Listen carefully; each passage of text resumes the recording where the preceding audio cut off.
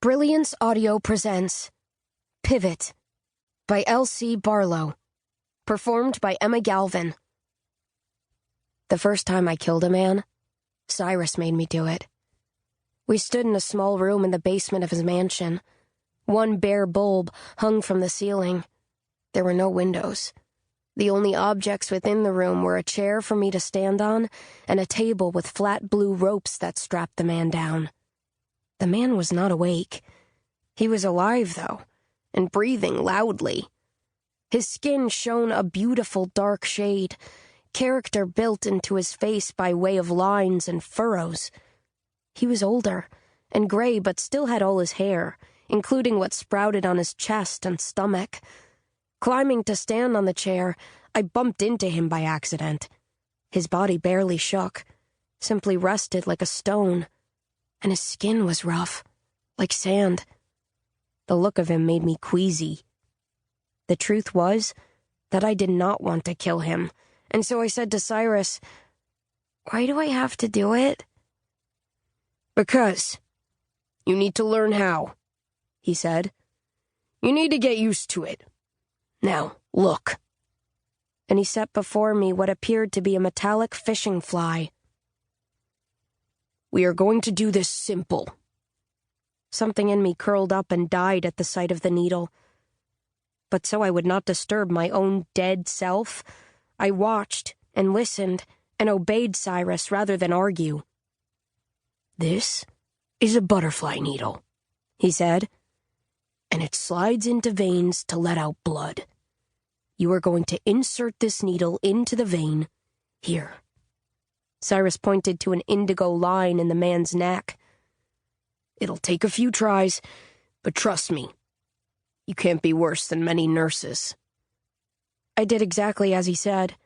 I pressed my feverish fingers upon the thin man's cool neck, and I took the needle just so in my right hand. On my first try, I punched a hole straight through the vein, and Cyrus said he knew that was so by the black bruise that instantly covered the area. After a while of prodding, though, I finally found the tunnel through which the fluid of life flows, and I inserted the needle deep inside. Warm blood poured out. I cried as my hands were washed with crimson, and Cyrus grabbed them. "It's all right," he said. He took a handkerchief from his pocket and delicately wiped my palms. "The job is done." I barely heard him. The fount poured along the man's neck and spread beneath him, splattering before me a cherry mirror in which I could see the glare from the overhanging bulb, and in that glare, my face. Cyrus held my right hand in both of his, and he squeezed it gently. He moved my arm above the man and slid my hand so that it rested upon his chest. His beating heart pulsed beneath my palm. "His heart will eventually stop," Cyrus said. "Feel for it." Suddenly, I could not breathe. As I pressed my hand upon the man's chest, and as the black bruise in his neck began to expand, I sensed an inextricable link between myself and the blackening of his face. It was as though he was transforming into a demon, and within solely me lay the perversion capable of it.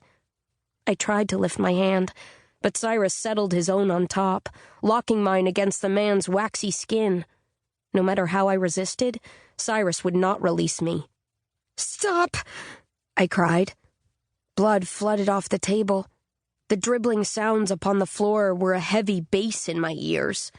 The man's face continued to blacken, and I became hysterical, trying to tear myself away from the beating heart buried beneath the bone. If I could break contact, the horror might stop. Cyrus held fast to me, though, pinning me down to the dying body, clamping me to the death itself. The heartbeat quickened. I imagined that heart struggle left and right beneath my hand, pulled as if by a million different wires until it stretched and shrieked in the only way it could, with a hot, flashing pace. When I did open my eyes, I saw only the blood sliding, spreading its tentacles like a voracious vine across the floor, beneath the man who was both blackening and whitening simultaneously. His hands unconsciously searched for his face, searched for me, but the blue ropes held him fast, and eventually, all movement ceased. In every whiff of the pervasive blood were millions of pennies in sugar.